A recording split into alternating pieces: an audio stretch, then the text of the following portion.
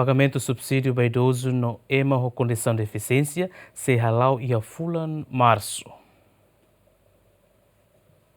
Subsídio para idoso no invalidez e a tinancoto que o trimestral da rato se fulan outubro to fulan dezembro Ministério Solidariedade Social no Inclusão se dá o pagamento to agora. A jornalista Cira Ministra Solidariedade Social no Inclusão Verônica das Dores Chateten pagamento para beneficiários idosos no invalidez Cira tarde também se reajusta dados a tubele hatene beneficiário Cira nebe mate ona no beneficiário phone. O governante ne promete serrar o pagamento da ida para beneficiário Cira nebe Cira Ketan e a tinancoto o pagamento trimestral da hulu e a fulan março a tinané. E tem mecanismo né macanessa né tá rona depois de ICUS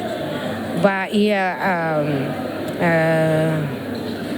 como se diz trimestre errado outubro novembro dezembro e tem que reajustar dados também o subasira dados né reajusta de 3 em 3 meses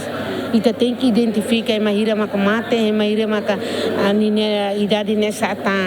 também nem maca amehalo atrasa mas beto março agora nesse reembolso começa a simo osam fila fale bacoto manebela simo fularua fulanto né continua simo fila fale também tem que ajustar dados né também agora amehalo mecanismo foida fula tem que haten que mahira maca continua mahira maca idade sa mahira maca mate né para me controlar o sangue. Ter informação Russi Instituto Nacional de Segurança Social e a Loron Ruanulo Fulan Janeiro e NSS Serviço Mútuo com BNCTL alona pagamento para beneficiários idosos no invalidez será mútuo que rihun ato sideronulo nebela retan subsídio a tinancotucnien. Subsídio para beneficiário idoso sira e a categoria tolo anessa idosos se tina nenulo to hito nulo $5 nenulo idade hito nulo to ualo nulo $5 ualo nulo enquanto idade husi ualo nulo valete $5 atos ida cada fulan. Agostinho da Costa, Celina Lopes, GMN.